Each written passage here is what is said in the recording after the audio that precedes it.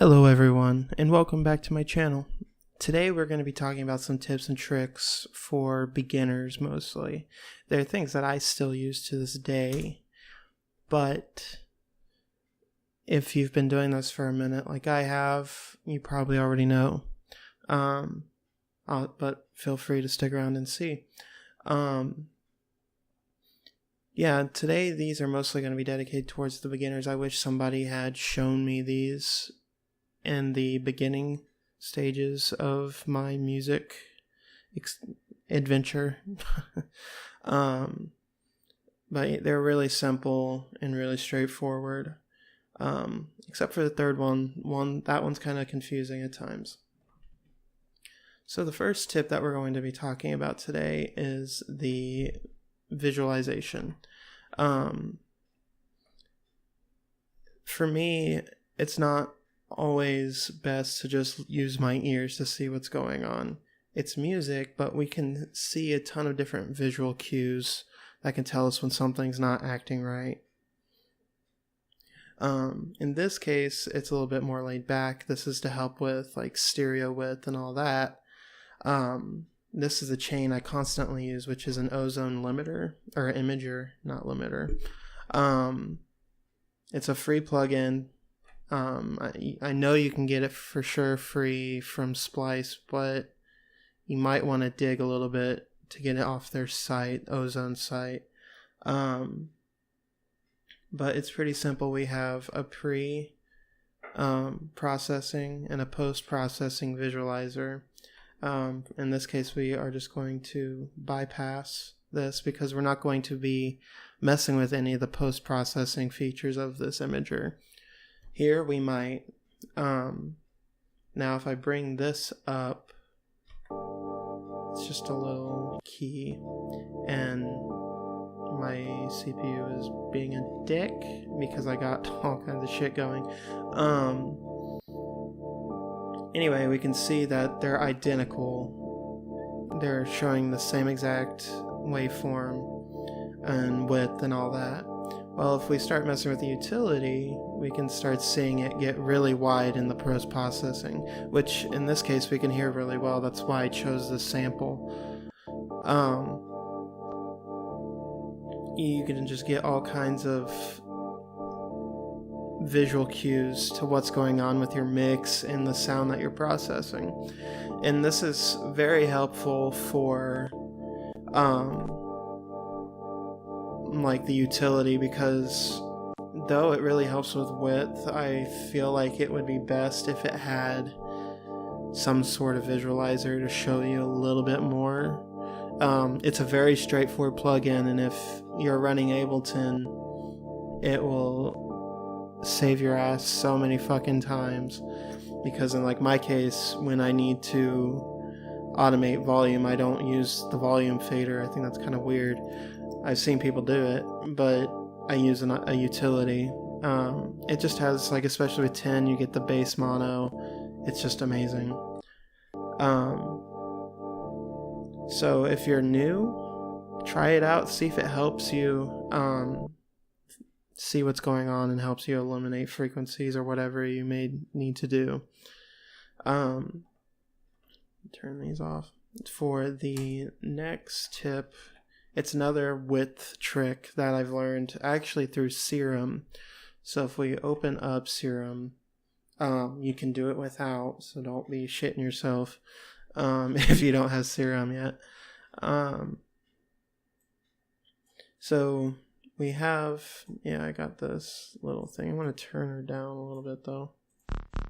Yeah. So it's just a plug that I've kind of modulated to, or fixed up to fit this.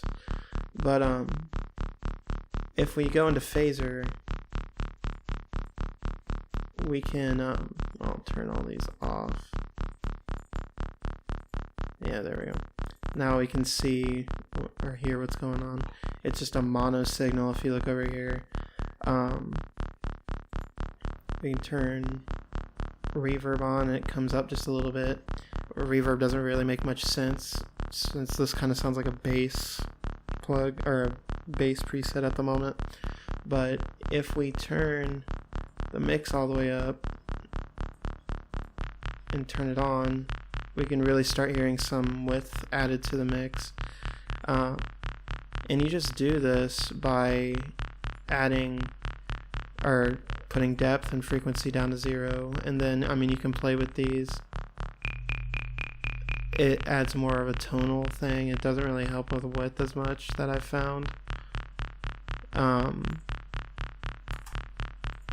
Fuck off there. But it's just a cool little tip. And then if we actually get rid of these real quick, just to go back to a mono signal, we can use, well, like the last tip, we used our visualizer to see what's going on. So let's open that up. And as you can see, we have that white line right there in the middle. If we turn phaser on, it comes to life. And the thing that you have to watch with the phaser trick is that it can sometimes throw your sound a little left or a little right, just depending. I do not know the science of that, so if you do, comment below. I would love to hear it. So what we can do, instead of blowing up my CPU, I'm going to leave that off for now. If I throw that on it, we can widen it more, which it sounds really cool now, but we can notice that it's coming out on the left a little bit higher, which, yeah, that's part of having width, but I don't know why that was left. Anyway, it's still coming out. We can still kind of mess with it a little bit so that it's a little more balanced. If you want. That's another cool thing about all this. But another big thing that you have to watch out with for doing this, especially on basses, is that you need to make sure you set your bass mono on a utility or something. Make it so that it's actually mono in your bass region, and that all depends on the type of music you're making and etc. Here I have it set to 100. For dubstep, I'd probably set it up closer to 150. Just because a lot of sound systems can't handle bass width in that region. It gets really tricky depending on the sound system that you're running on. So that's another noob trick. It's fun, it's easy, whatever. This third one is a little bit more in depth. We're going to set up a 2-bar loop here. And we got all of these samples. Now, what I'm going to be showing you here is the beats warp function. There's been several times that I've found a really cool kick on Splice or in a sample pack, and it just wasn't really doing what I wanted to do in my song. But I still love the aggressiveness and the tonality of it. That's where, but if you need it tighter and less exaggerated, if we play this now, it's kind of, that one's really aggressive. We'll stick with this one now just because the sample is really good to work with. You just need it a little bit tighter because it kind of fades away. That's when the beats warp function comes in, so make sure you're warped. Make sure beats is selected.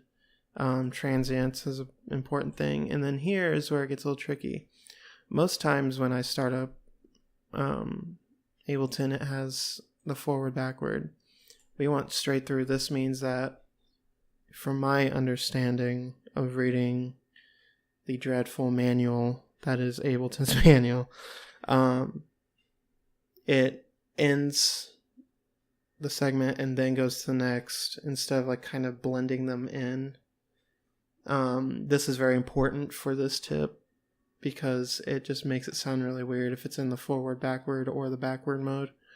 And it doesn't really do what this particular setup does. So if we set it to 100, play it. We have our typical, and it kind of fades out. But let's set it to 50 and play it. It starts getting tighter. Now this is really cool. Let's play it again here. Yeah. And that with some post-processing, you can make it really medium beefy. Anyway, it can expand your sample library tenfold if you know how to use those. It's something that I've been using more and more ever since I started reading that manual and started learning about the different warp modes. Have I started really getting involved with it? So just to see like how interesting this can get, let's go here, drag these down, get rid of that BS, and set up a couple more. Now we got a kick, a snare, and a hi-hat. I'll play one individually for you guys. Let's crank that up to, sure. So we got our kick, we got the snare, and I have a really cool trick for the hi-hat. Or that's, yes, hi-hat, not snare. And then our snare. So we'll save the hi-hats for last. So we'll just mute that. I really like the kick. I'm going to crank this up to 160, why not?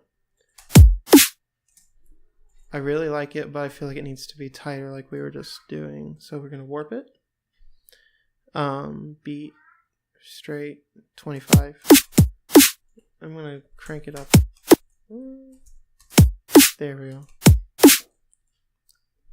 And then let's go to our snare. I feel like it could be a little bit tighter too. I like tight drums. I don't like long exaggerated ones all the time. There we go. Yeah. Just do a basic drum and bass.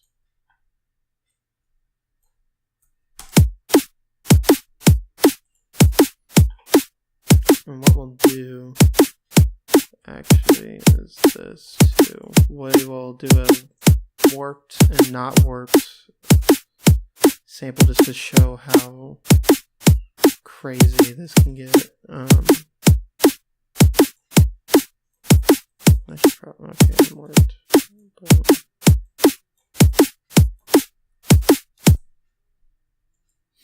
And now here's the cool trick with the hi-hat. We got our basic kick snare loop.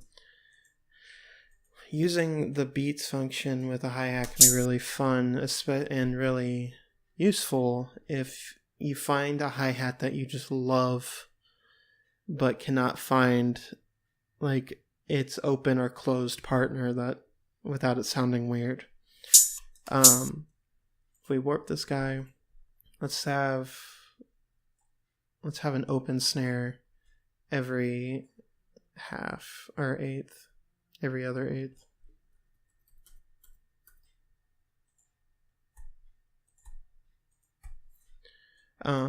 And we'll just copy. I know it looks really fucked up, but I just don't care. And now if we take the eighth and we warp it down to, let's say, 20. Oh, see, it's not forward, backwards, and you can't even hear a damn difference. Yeah. So there, we can do that. Let's make it a little bit cooler and do that. Oh, fuck me. I always do that. And then just...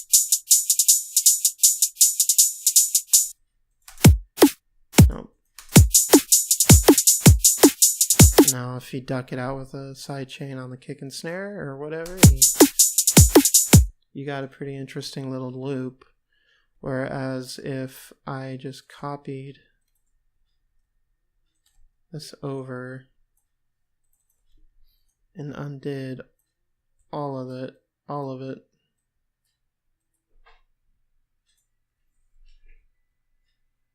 That one's already unwarped. There. We'll just drag and drop it over here a little bit. Okay. So first,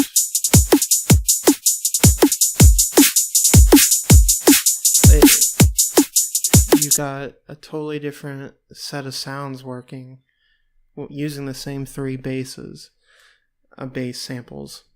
And it's just a really useful thing to understand that, and it can really help you when you're in need for a new sample or a new sound, but don't really have either the money to go spend it on Splice or whatever. You can use your current samples and just create something completely new.